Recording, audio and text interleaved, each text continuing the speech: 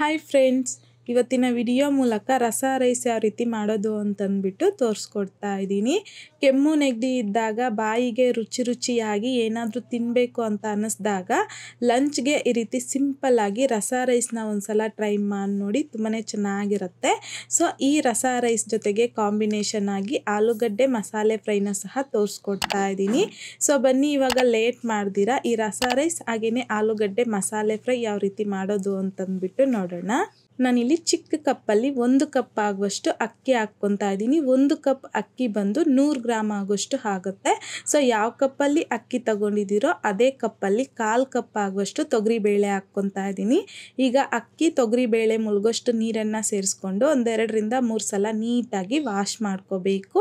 So wash ಮಾಡ್ಕೊಂಡಿದ್ದಾದಮೇಲೆ ಅಕ್ಕಿ ತಗೊಂಡಿರ್ತಕ್ಕಂಥ ಕಪ್ಪಲ್ಲೇ 6 cup ಆಗುವಷ್ಟು ನೀರನ್ನು ಹಾಕ್ಕೊತಾ ಇದ್ದೀನಿ. ಸೊ ನಾವಿಲ್ಲಿ ಟೋಟಲ್ ಆಗಿ ಅಕ್ಕಿ ಬೇಳೆ 1/4 ಕಪ್ ಆಗುವಷ್ಟು ತಗೊಂಡಿರೋದ್ರಿಂದ 6 ಕಪ್ ಆಗುವಷ್ಟು ನೀರು ಹಾಕ್ಕೊಂಡಿದ್ದೀನಿ.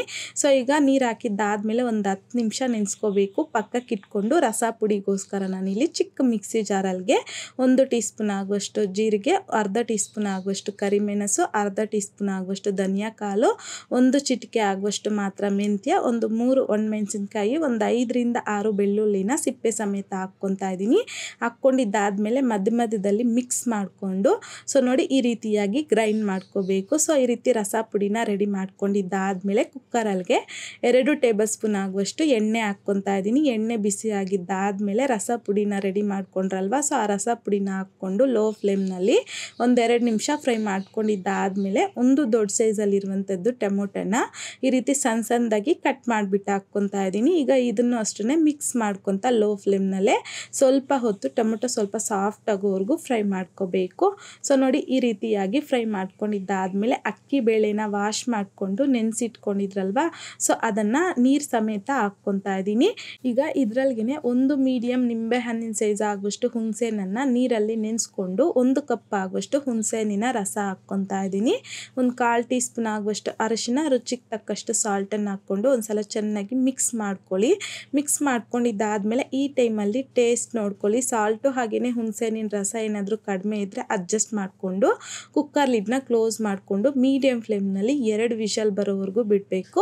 ಸೊ 2 ವಿಷಲ್ ಬಂದಾದಮೇಲೆ ವಿಷಲ್ ಪೂರ್ತಿಯಾಗಿ ತಣ್ಣಗಾಗಕ್ಕೆ ಬಿಡಿ. ಅಷ್ಟರಲ್ಲಿ ನಾನಿಲ್ಲಿ ಈ ರೀತಿ ರಸ ರೈಸ್ ಜೊತೆಗೆ ಕಾಂಬಿನೇಷನ್ ಆಗಿ ಆಲೂಗಡ್ಡೆ ಮಸಾಲೆ ಫ್ರೈಗೋಸ್ಕರ ನಾನಿಲ್ಲಿ 3 ಮೀಡಿಯಮ್ ಸೈಜಲ್ಲಿರುವಂಥದ್ದು ಆಲೂಗಡ್ಡೆನ ಮೇಲ್ಗಡೆ ಸಿಪ್ಪೆ ತೆಗೆದುಕೊಂಡು ಈ ರೀತಿ ರೌಂಡ್ ಶೇಪಲ್ಲಿ ಕಟ್ ಮಾಡ್ಕೊಂಡು ತಗೊಂಡಿದ್ದೀನಿ. ಅಂದರೆ ನಾವಿಲ್ಲಿ ಚಿಪ್ಸ್ ಮಾಡ್ಕೊಳ್ಳೋದಕ್ಕೆ ಕಟ್ ಮಾಡ್ಕೊತಾರಲ್ವ, ಸೊ ಆ ರೀತಿಯಾಗಿ ಕಟ್ ಮಾಡ್ಕೊಂಡಿದ್ದೀನಿ. ಅಂದರೆ ಸ್ವಲ್ಪ ದಪ್ಪನೇ ಕಟ್ ಮಾಡ್ಕೊಂಡಿದ್ದೀನಿ, ತುಂಬ ಸಣ್ಣ ಅಲ್ಲ.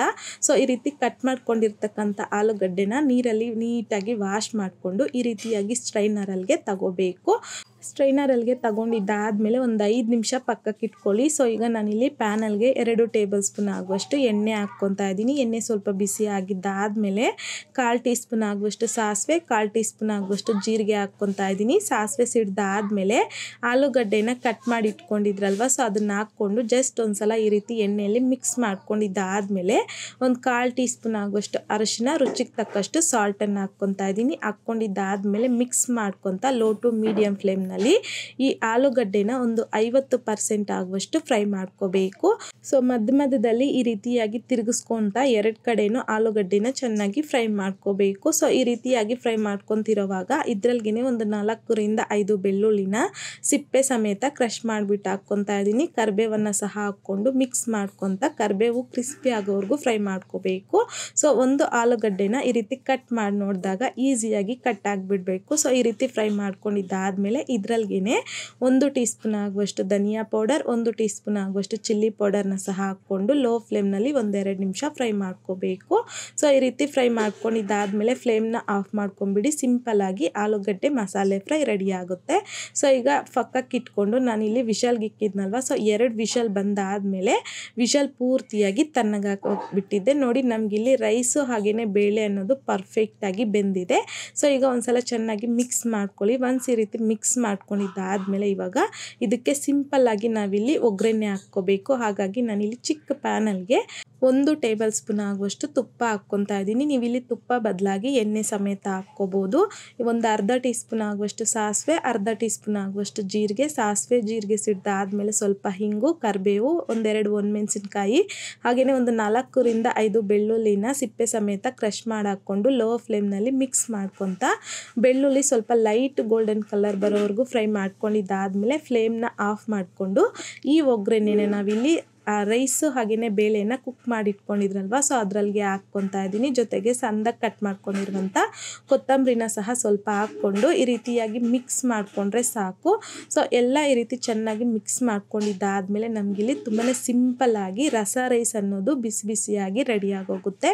ಸೊ ಲಂಚ್ಗಾಗಿರ್ಬೋದು, ಇಲ್ಲಾಂತಂದರೆ ನಾವಿಲ್ಲಿ ಲಂಚ್ ಬಾಕ್ಸ್ಗೂ ಸಹ ಈ ರೀತಿಯಾಗಿ ಸಿಂಪಲ್ ಆ್ಯಂಡ್ ಟೇಸ್ಟಿಯಾಗಿ ರಸ ರೈಸ್ನ ಸರ್ವ್ ಮಾಡ್ಕೊಳ್ಳಿ, ತುಂಬ ಚೆನ್ನಾಗಿರುತ್ತೆ. ಈ ವಿಧಾನದಲ್ಲಿ ನೀವೇನಾದರೂ ರಸ ರೈಸ್ ಮಾಡಿದ್ದೀರಾ ಅಂತಂದರೆ, ಸೊ ಈ ರಸ ರೈಸ್ ಜೊತೆಗೆ ಕಾಂಬಿನೇಷನ್ ಆಗಿ ನಾವಿಲ್ಲಿ ಆಲೂಗಡ್ಡೆ ಮಸಾಲೆ ಫ್ರೈನ ಸಹ ಯಾವ ರೀತಿ ಮಾಡೋದು ಅಂತಂದ್ಬಿಟ್ಟು ತೋರಿಸ್ಕೊಟ್ಟಿದ್ದೀನಿ. ಈ ಕಾಂಬಿನೇಷನಲ್ಲಿ ಒಂದ್ಸಲ ಟ್ರೈ ಮಾಡಿ ನೋಡಿ, ತುಂಬ ರುಚಿಯಾಗಿರುತ್ತೆ.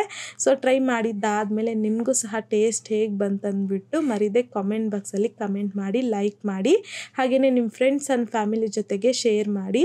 ಮತ್ತಷ್ಟು ಈಸಿ ಆ್ಯಂಡ್ ಸಿಂಪಲ್ ಕ್ವಿಕ್ ರೆಸಿಪೀಸ್ಗೋಸ್ಕರ ದಯವಿಟ್ಟು ನೀವಿನ್ನೂ ನಮ್ಮ ಮೇಘಶ್ರೀಸ್ ಕಿಚನ್ ಚಾನಲ್ನ ಸಬ್ಸ್ಕ್ರೈಬ್ ಮಾಡಿಲ್ಲ ಅಂತಂದರೆ ಸಬ್ಸ್ಕ್ರೈಬ್ ಮಾಡಿ.